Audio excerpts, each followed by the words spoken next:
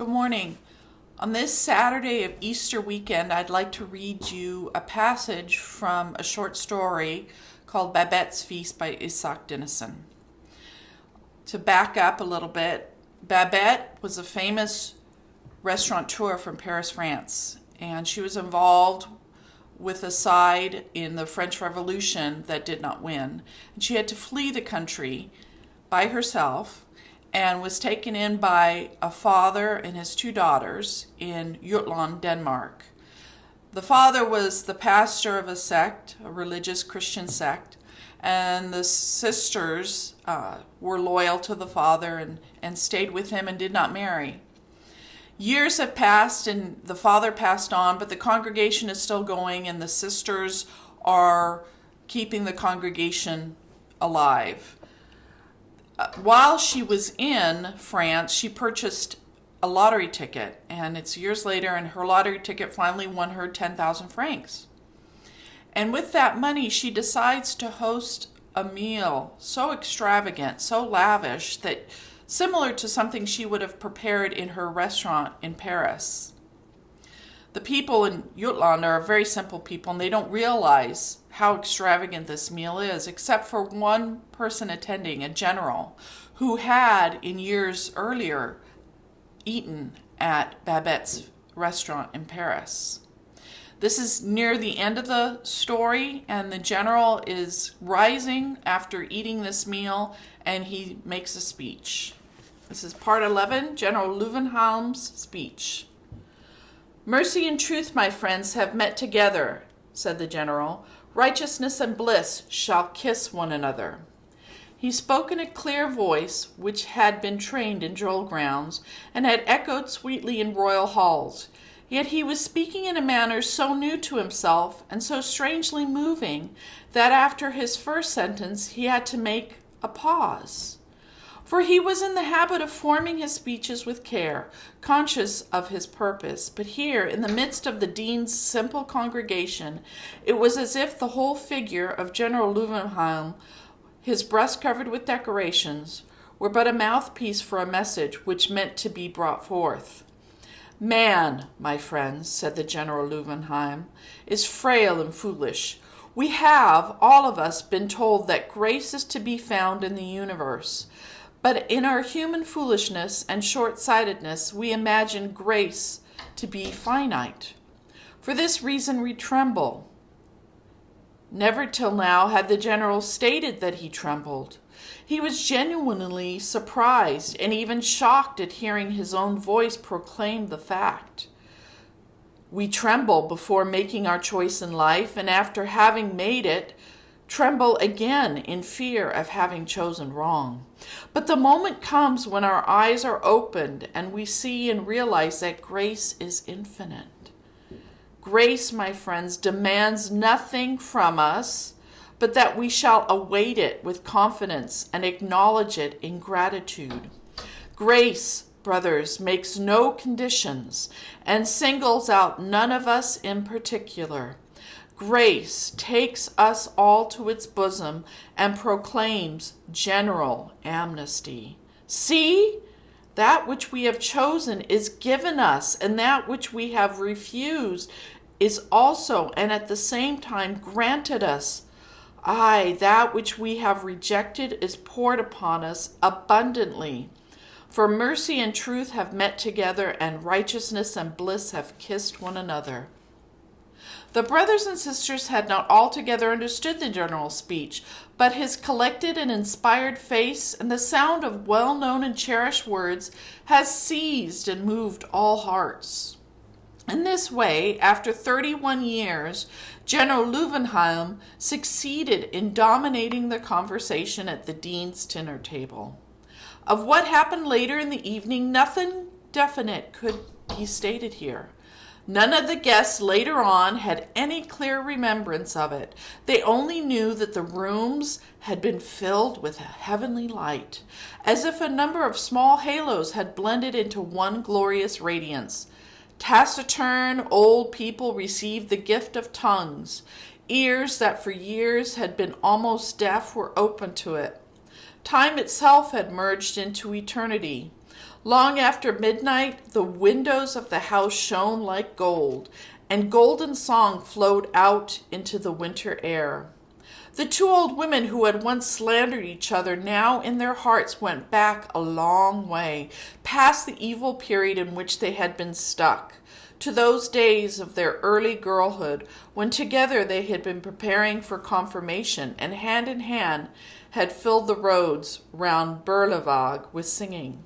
A brother in the congregation gave another knock in the ribs, like a rough caress between boys, and cried out, "You cheated me on that timber, you old scoundrel!" The brother thus addressed almost collapsed in a heavenly burst of laughter, but tears ran from his eyes. "Yes, I did so, beloved brother," he answered. "I did so." The dean's flock were humble people. When later in life they thought of this evening, it never occurred to any of them that they might have been exalted by their own merit. They realized that the infinite grace of which General Leuwenhoek had spoken had been allotted to them, and they did not even wonder at the fact, for it had been but the fulfillment of an ever-present hope. The vain illusions of this earth had dissolved before their eyes like smoke, and they had seen the universe as it really is. They had been given 1 hour of the millennium. When at last the company broke up, it had ceased to snow. The town and the mountains lay in white, unearthly splendor, and the sky was bright with 1,000 stars. In the street, the snow was lying so deep that it had become difficult to walk. The guests from the yellow house wavered on their feet, staggered, sat down abruptly, or fell forward on their knees and hands and were covered with snow, as if they had indeed had their sins washed white as wool, and in this regained innocent attire were gambolling like little lambs. It was to each of them blissful to have become as a small child. It was also a blessed joke to watch old brothers and sisters who had been taking themselves so seriously in this kind of celestial second childhood.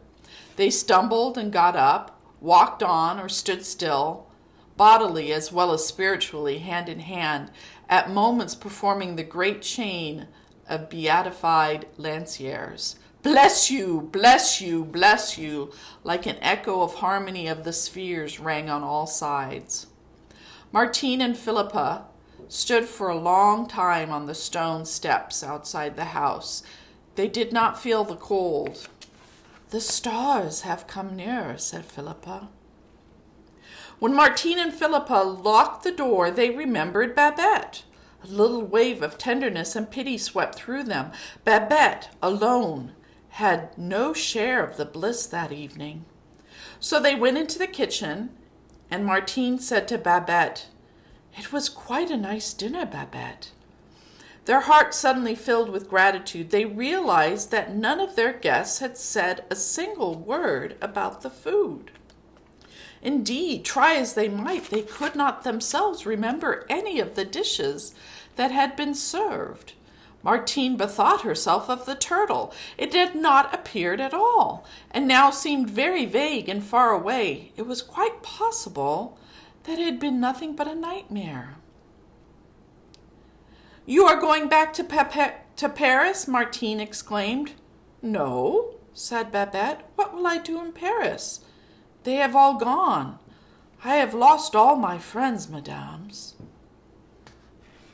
At the end of another long silence, Babette suddenly smiled. "How can I go back to Paris, mesdames? I have no money."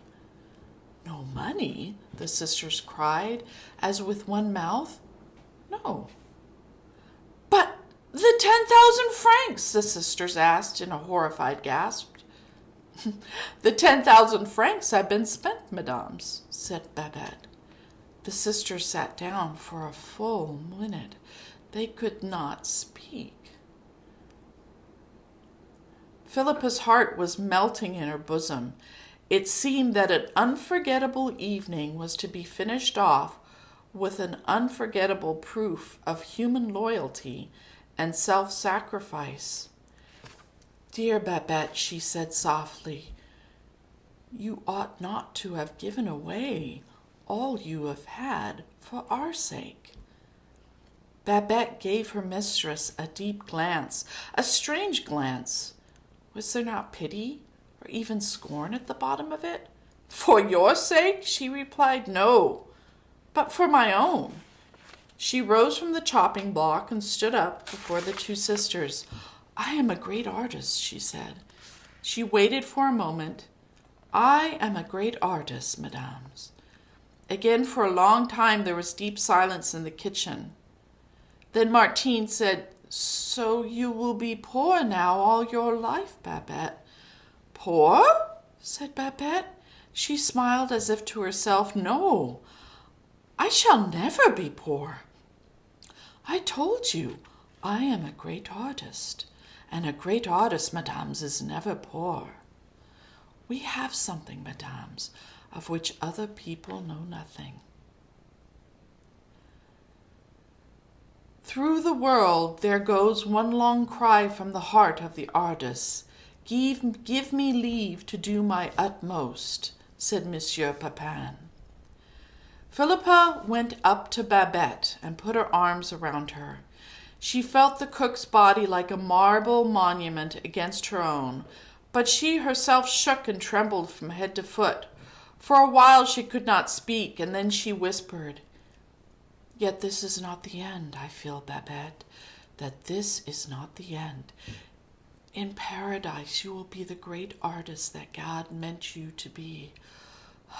She added, tears streaming down her cheeks, "Ah, how you will enchant the angels." I hope you have an opportunity this weekend to maybe see this movie or read this story in full, but to revel in the extravagance that God has for us, this great feast that He has planned for us, the self-sacrifice that He has made for us because He is the great artist. And it is because of Him, because of His love, because He is love, that He gave His all for us to enjoy this marvelous feast He's laying out for us. Happy Easter.